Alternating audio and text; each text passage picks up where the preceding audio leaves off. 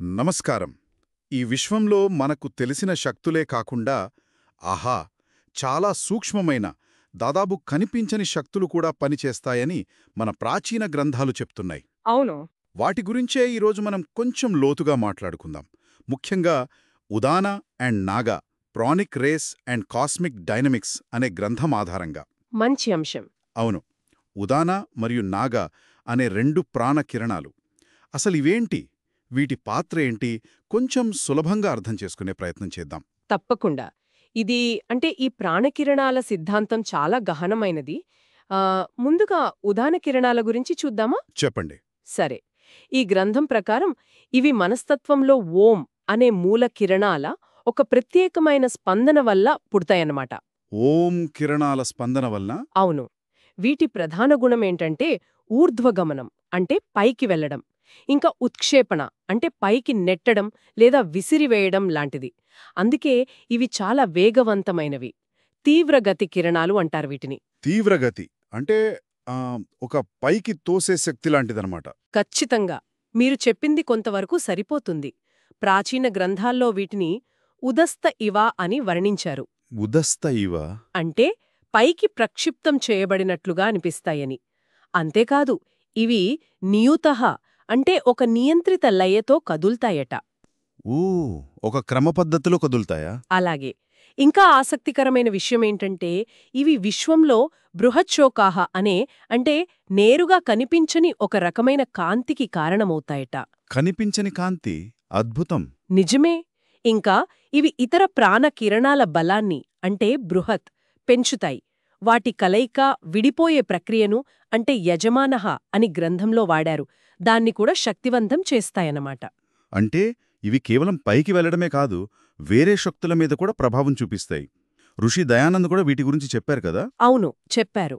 ఆయన వీటిని ఉత్కృష్టమైనవిగా, జీవులలో అంతర్గత చలనానికి, బలానికి ఉపయోగపడేవిగా చెప్పారు.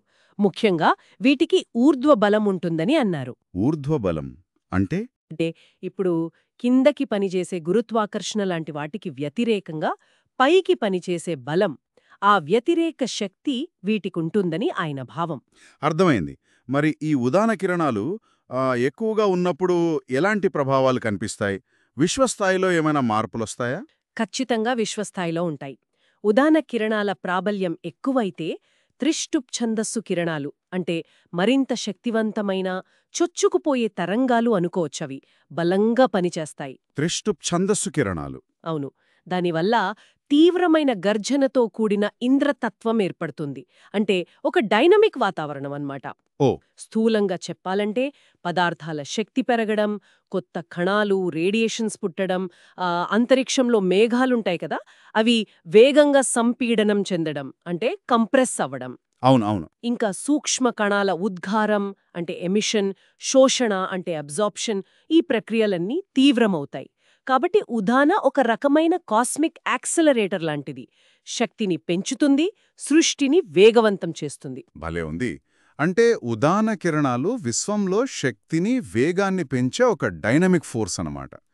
మరి దీనికి బ్యాలెన్స్ చేసే శక్తి, ఇక్కడే నాగకిరణాల ప్రస్తావన వస్తుందా? సరిగ్గా పట్టుకున్నారు. నాగకిరణాలు ఇవి ప్రాణతత్వానికి చెందిన ఉపప్రాణం అంటారు. ప్రధాన ప్రాణశక్తికి ఒక సహాయక శక్తి లాంటిది. ఉపప్రాణం. వీటి ముఖ్యమైన పని చెల్లాచెదురుగా ఉన్న ప్రాణకిరణాలను ఒక పద్ధతిలోకి తేవడం, వాటిని నియంత్రించి వ్యవస్థీకరించడం. రెగ్యులేట్ చేయడం లాంటిదా? ఒకే రకంగా అంతే. నాగః అనే పేరు న గచ్చతి అనే దాని నుండి వచ్చింది. న గచ్చతి కదలనిది లేదా స్థిరమైన దానిలో ఉండేది అనర్థం. కదలనిది అవి కిరణాలు కదా, మరి కదలకుండా ఎలా ఉంటాయి? మంచి ప్రశ్న అడిగారు. ఇక్కడ కదలనిది అక్షరాల కదలిక లేనిదని కాదు. మిగతా ప్రాణకిరణాల వేగంతో పోలిస్తే ఇవి చాలా నెమ్మదిగా కదులుతాయి. అందుకే అతి మందగతి అని అన్నారు. ఓ, సాపేక్షికంగా నెమ్మది అన్నమాట. అవును. స్థిరమైన పదార్థంలో నివసించేది సాపేక్షికంగా స్థిరముగా ఉండే మనస్తత్వం నుండి ఇవి పుడతాయని అర్థం. ఋషి దయానంద్ వీటిని దహతి దహ్యతే వా అని కూడా వర్ణించారు. దహతి దహ్యతే వా అంటే కాల్చేది లేదా కాలేది. ఇది ఉష్ణం వేడి ఉత్పత్తి అవ్వడానికి, పెరగడానికి నాగకిరణాలకు సంబంధముందని సూచిస్తోందనమాట. ఓ, అంటే నాగకిరణాలకు ఉష్ణంతో సంబంధం ఉందా? ఉదాన ఏమో వేగం, నాగ ఏమో ఉష్ణం, స్థిరత్వం లాంటిదా? కొంతవరకు అలాగే అనుకోవచ్చు.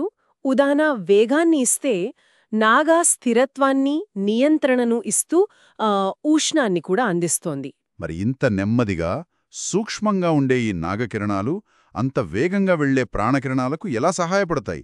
వాటి దారిని ఎలా సులభం చేస్తాయి? అక్కడే ఉంది అసలు విషయం. నాగకిరణాలు నేరుగా ప్రాణకిరణాలతో కలిసి ప్రయాణించవా? లేదు. కానీ ప్రారకిరణాలకు దగ్గరగా ఉండే ఓం కిరణాల ద్వారా మనస్తత్వంలో ఇవి నిరంతరం పుడుతూనే ఉంటాయి.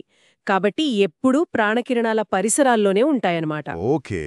ఎప్పుడైనా సరే ప్రాణకిరణాల గమనానికి ఏదైనా ఆటంకం ఏర్పడితే అప్పుడు ఈ నాగకిరణాలు, ఓం కిరణాలు ఇంకా ఈశ్వర తత్వ సహాయంతో ఆ అడ్డంకులను తొలగించి దారిని సుగమం చేస్తాయి. అంటే ఒక సపోర్ట్ సిస్టమ్ లాగా పనిచేస్తాయన్నమాట, తెరవెనుకుండి. ఖచ్చితంగా ఒక సూక్ష్మమైన గైడింగ్ ఫోర్స్ లాంటివి. బావుంది. మరి ఈ నాగకిరణాలు పనిచేయడం మొదలైనప్పుడు, అంటే వాటి ప్రభావం మొదలైనప్పుడు ఎలాంటి మార్పులు కనిపిస్తాయి ప్రారంభంలో? ఆ నాగకిరణాల ప్రభావం మొదలవగానే ముందుగా గాయత్రీ ఛందస్సు కిరణాలు ఉత్పత్తి అవుతాయి. వీటిని మనం సున్నితమైన, తక్కువ శక్తిగల తరంగానుగా అనుకోవచ్చు. ఉదాహరణకు రేడియో తరంగాల్లాగా. ఓకే, గాయత్రీ ఛందస్సు కిరణాలు. అవును. క్రమంగా కాంతి తరంగాలు, ఇతర ఛందస్సు కిరణాలు ఏర్పడతాయి. ఖగోళ మేఘాల నిర్మాణం కూడా ఈ దశలోనే మొదలవుతుంది. అంటే నాగకిరణాలు ఒక క్రమబద్ధమైన నిర్మాణానికి పునాది వేస్తాయన్నమాట. సరిగ్గా చెప్పారు. సూక్ష్మస్థాయి నుండి నిర్మాణాన్ని ప్రారంభిస్తాయి. అర్థమైంది. అంటే ఒక్క మాటలో చెప్పాలంటే ఉదానం ఒక పవర్ఫుల్ అప్వర్డ్ ఫోర్స్ అయితే, నాగ దాన్ని నియంత్రిస్తూ, స్థిరీకరిస్తూ, వేడినిస్తూ, దారి చూపే ఒక సూక్ష్మమైన, నెమ్మదైన శక్తి. రెండూ వేర్వేరుగా ఉన్నా విశ్వ ఏకానికి రెండూ ముఖ్యమే. ఖచ్చితంగా.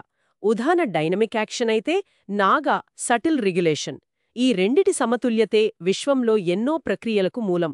ఈ ప్రాచీన భారతీయ భావనలు వింటుంటే ఇప్పుడు మనం చదువుకునే ఆధునిక సైన్స్లోని శక్తి, తరంగాలు, కణాల ప్రవర్తన, విశ్వనిర్మాణం వీటికేమైనా పోలికలున్నాయేమో అనిపిస్తుంది కదా, నిజమే.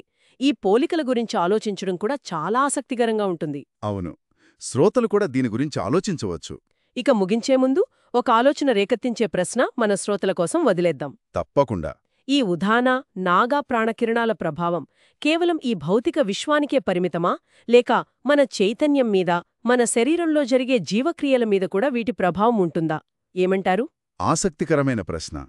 బహుశా దీనిపై మరింత అన్వేషణ అవసరమేమో. అవును, ఇది మరిన్ని అన్వేషణలకు దారితీయవచ్చు.